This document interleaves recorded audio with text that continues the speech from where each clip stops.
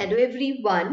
तो आज से हम लोग हमारी सीसैट की प्रिपरेशन स्टार्ट करने वाले हैं और मैंने सबसे पहले कॉम्प्रहेंशन को सिलेक्ट किया है, क्योंकि यदि कॉम्प्रहेंशन हम अच्छे से पढ़ लेते हैं तो नियरली हम 20 से 25 क्वेश्चंस करेक्टली कर सकते हैं। और यूपीएससी के कॉम्प्रहेंशन को करने की भी एक स्ट्रैटेजी होती है।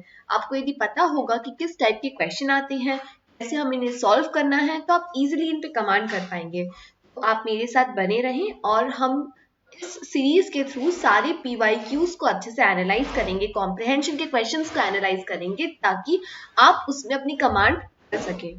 ठीक है, तो इस लेक्चर के अंदर मैं आपको पहले बेसिकली बताऊंगी कि हमें कॉम्प्रहेंशन सॉल्व कैसे करना है। तो सबसे पहले मैं बता दूं वेटेज इन सीसैट। तो number of questions, you know that nearly 25 से 30 तक क्वेश्चंस आते हैं सीसैट के अंदर, और यदि हमारी कमांड होती है तो हम अच्छे खासे क्वेश्चन सॉल्व कर सकते हैं। और वैसे भी मैथ्स इतना डिफिकल्ट हो चुका है कि हमें नो डाउट सीसैट पे अपनी कमांड रखनी ही पड़ेगी। फाइन।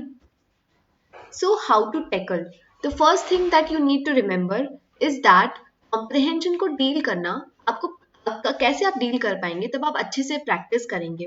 क्योंकि यदि आप प्रैक्टिस नहीं करेंगे तो सीसैट के कॉम्प्रहेंशन करना थोड़ा सा ट्रिकी होगा, क्योंकि जो स्टेटमेंट्स होते हैं वो काफी ट्रिकी फॉर्म में आते हैं। आप 50-50 तक पहुंचने के बाद दो ऑप्शंस में कंफ्यूज हो जाएंगे, और उस कंफ्यूजन से बाहर आने के लिए ये जरूरी है कि आप पीवाईक्यूज बहुत अच्छे से प्रिपेयर करें।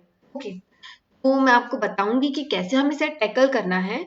With the number of series और number of questions we solve, we will learn things one by one. Okay, now first of all हमें ये देखना है कि किस टाइप के क्वेश्चंस आते हैं कॉम्प्रहेंशन के। सबसे फर्स्ट टाइप के जो क्वेश्चन आते हैं वो होते हैं अजम्पशन वाले क्वेश्चन, जिसके अंदर हमें अजम्पशन को आइडेंटिफाई करना पड़ता है, ऑथर के अजम्पशन को। ठीक है, और ये पूरा ऑथर का अजम्पशन पे ही बेस्ड होता है, हम अपने आप से कुछ अज्यूम नहीं कर सकते, इसीलिए ऐसे क्वेश्चन को करना काफी डिफिकल्ट हो जाता है। एक आते हैं एक्सप्लिसिट इंफॉर्मेशन वाले क्वेश्चन, एक आते हैं इम्प्लिसिट इंफॉर्मेशन वाले क्वेश्चन। एक्सप्लिसिट इंफॉर्मेशन के अंदर हमें जो इंफॉर्मेशन है वो क्लियरली मेंशन की गई होगी और हमें केवल आइडेंटिफाई करना है।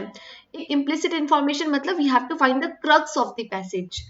आता है इन्फ्रेंस एंड कंक्लूजन वाले पैसेज कि हमें सारा क्रक्स निकालना है, इन्फ्रेंस निकालना है कुछ फैक्ट्स और फिगर के बेस पे। ठीक है, तो सबसे पहले हमें कुछ टर्म्स को रिमेंबर करने की कोशिश करते हैं। जैसे मैंने अजम्पशन का बताया है, वैसे ही अज्यूम होता है, that is to accept something as true without proof. ठीक है, फिर होता है conclusion, that means we have to arrive at a and.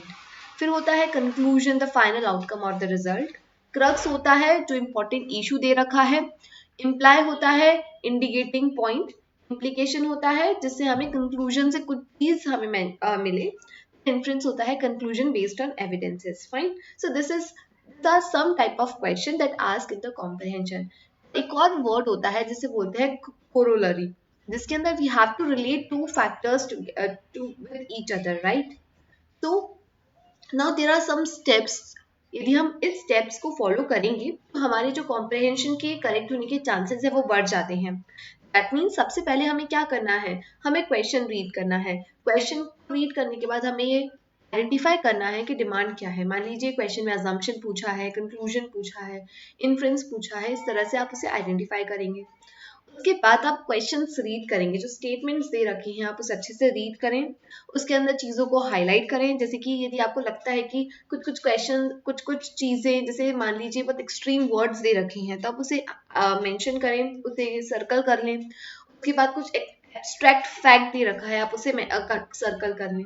Then go to the passage and passage को अच्छे से रीड करें। हो सकता है कि जो कभी कभी ओनली और बहुत एक्सट्रीम स्टेटमेंट्स है वो भी कभी कभी पैसेज के अकॉर्डिंग सही हो जाते हैं। तो आपको क्या करना है, आपको यही चीज आइडेंटिफाई करना है।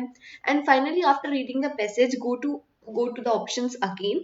ऑप्शन जाएं, ऑप्शन को देखें और जो भी डिमांड है उसे एड्रेस करके आंसर तक पहुंचने की कोशिश करें। और हमें क्या करना है, हमें एलिमिनेट करना है। First eliminate other options and then reach to the right options. ठीक, तो इस तरह से हम पैसेज सॉल्व करते हैं। और मैं बता दूं, जैसे कि एक्सट्रीम स्टेटमेंट्स होते हैं वो जनरली रॉन्ग होते हैं। उसके बाद यदि आप देखें कि जो अजम्पशन वाले क्वेश्चन होते हैं वो भी बहुत की टाइप्स के होते हैं, तो आपको उस पर बहुत केयरफुली ध्यान से अच्छे से पैसेज को पढ़ना है। इस तरह से आपका कॉम्प्रहेंशन हो जाएगा।